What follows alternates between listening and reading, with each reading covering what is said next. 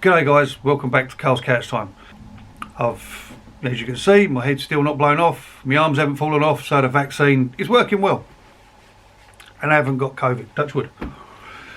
Hope everybody's safe, looking after yourselves, family's safe, life's moving on.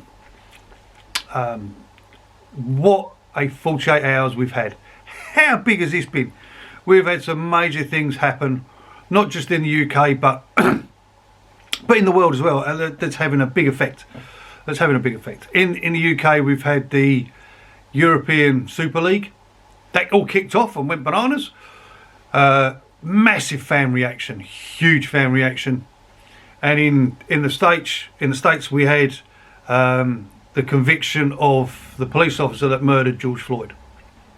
So two big topics to cover that affect a lot of people. Two different communities, a lot of people are affected, but brought about change by the same thing. Okay, so first let's touch on the Super League, the European Super League. This has been driven, from reading between the lines, by the Spanish.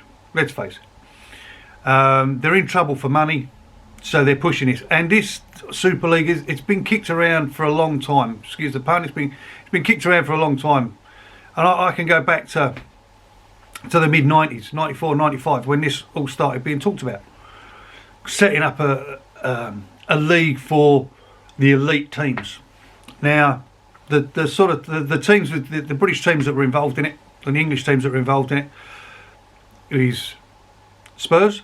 They're the guys I support and follow, and they put me through a lot of pain and suffering. So you've got Spurs, you've got Arsenal, Man City, Man United, Liverpool and Chelsea. Now these guys all became part of this Super League, if you like, and they announced it 48 hours ago. This is what we're doing. And the reaction from all of the football supporters, politicians, ex-players, celebrities, everybody in the UK jumped on this and went, you are fucking kidding me. This is not going to happen. Not on our watch. And for once, all the rivalry between all the clubs, or between all the supporters and all the clubs, they got together and they became one. They became one voice that said, no, it's not going to happen. You're wrong. You cannot do this. There's no way this is going to happen. And for these billionaire football club owners, some are American bankers. They wanted to set up this competition, which was purely and simply for the elite. Nobody got relegated or kicked out from it if you come bottom, and nobody was promoted into it. Now, some people said that's not a competition. Well, that's probably not right there. Pep Guardiola, the Man City manager, said that's not a proper competition because nobody gets relegated, nobody gets promoted. It's only for the elite.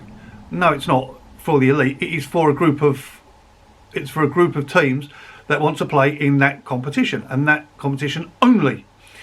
The NFL, nobody gets relegated, nobody gets promoted. The AFL in Australia works on the same thing. Nobody's promoted, nobody's relegated. It's a competition between the same clubs. So the format can work. However, what doesn't work is in Europe. You can't take a bunch of British teams playing in Europe and then expect all of your supporters to fly around Europe watching them. That's not going to happen. And that's not how football is. Football is very localised, very it's a working man's sport. It's not an elite sport. Yes, there's elite money in it, but it's still supported by the working man, the working class. So when they announced this European Super League, everybody at the place erupted. You're not doing that. Boris Johnson got involved in it, potentially changing legislation. Ex-footballers have got involved in it. Everybody's chipped in to a point where these 6 clubs held their hands up and said, okay, sorry, we screwed up. We didn't realise everybody was going to react like this. We'll back off. We'll make sure this doesn't happen. Now, do I think that's the end of the story? No, I don't. I think they'll revisit this. I think that they're going to go back and find a way to actually make this happen, because it is a money grab. It is okay. These big clubs are going to get richer and richer and richer through this. So it is a money grab. Where it leads to, how long they're going to kick this idea around for until they try and relaunch it, whether they're going to get the French involved, the Germans involved, the Dutch, who knows. I think they need to get a bigger buy-in to actually give this thing a chance. Now, whether the English clubs are going to say, we've already gone down that road once, we're not going to do it again, quite potentially they'll kick it in a touch. Yet to be seen. But the power, people power, stopped it. The power of the supporters all stood up, one voice, no.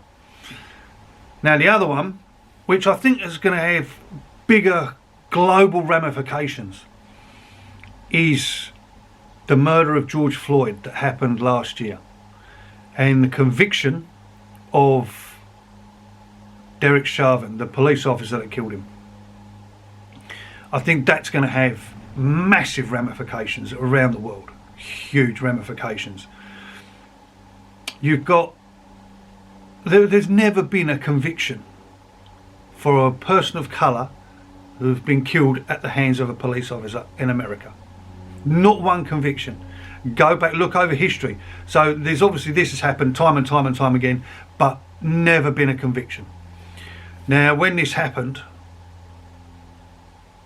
I think that when you look back and you watch the footage on TV, and I think it was 9 minutes 29 seconds that police officer knelt on George Floyd's neck until the life drained out of him.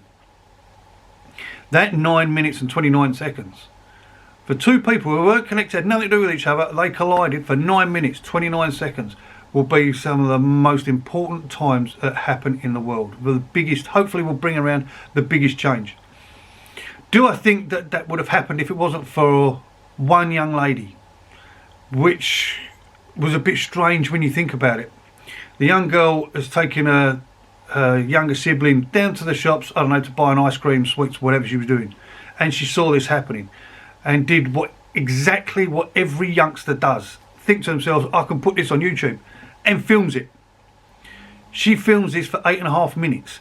That's probably the most important 8.5 minutes of footage that has ever been taken. This girl's taken that footage and put it on the internet. And in 24 hours, that's hit every news channel in the world. That went global. That one piece of footage went global. Now, if that hadn't happened, would Derek Chauvin be wearing orange? Because if that hadn't happened, that man, I swear to you, would not be wearing an orange jumpsuit right now and be afraid for his life. But because of that footage, I believe, irrelevant whoever else they had, all the experts they had in there, all the police they had in there speaking up against the police officer, I don't think it would have even have got there if it wasn't for that piece of film. That one piece of film that went global got that thing to court, and it got that conviction done. Because they couldn't then cover it up. It was out of the control of the government. It was out of control of the media. They had no control over it. It was social media. It was the people that made this happen. Everybody looked at it, and the disgrace and displeasure of everybody in the world arced up about this one killing. You cannot happen.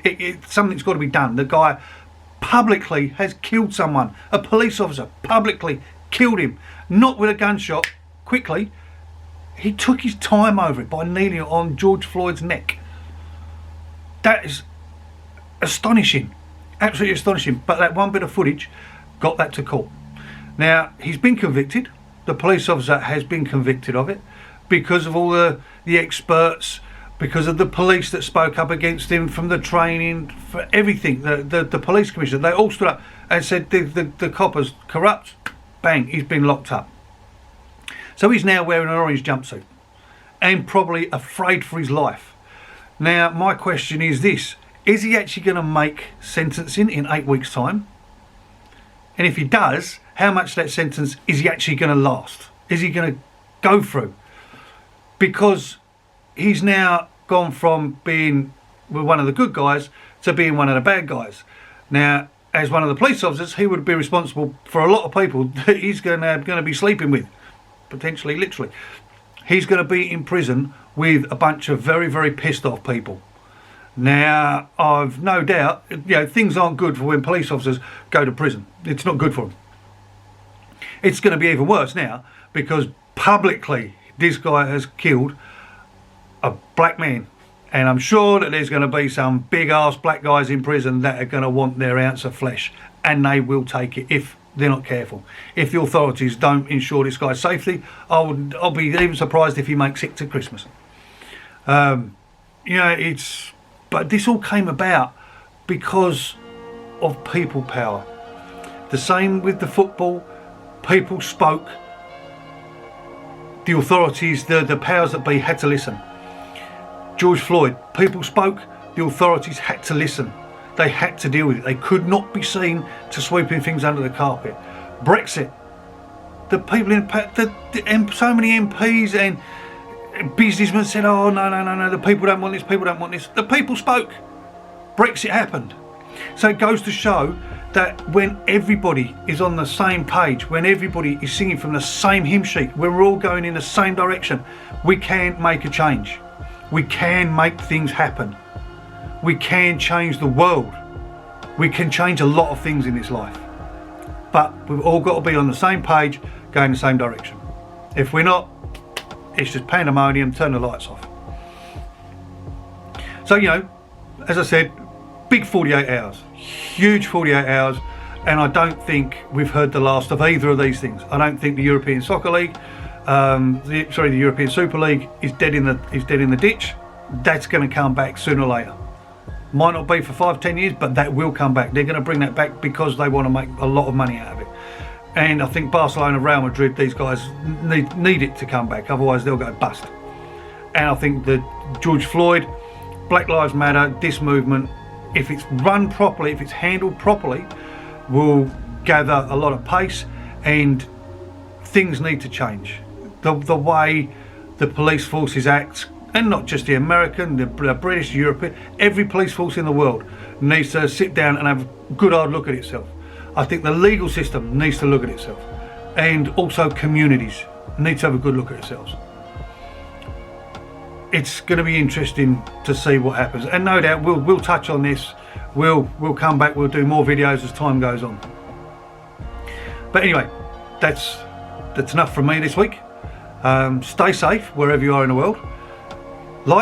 If you like it, give me the thumbs up. Give it a thumbs up. Share it out. Subscribe. On the subscribe thing, guys. You're watching. I can see you guys are viewing it. There's been plenty of views. Do me a favour, subscribe. Stop being lazy. Hit that subscribe button. Helps me grow the channel. Helps me get there. Anyway, guys, good luck. Stay safe this week. Look after yourselves. Look after the family. Look after the wife and the kids and the dog and the cat and everything else. All right, guys. See you next week. I'm Carl. Ta-da for now.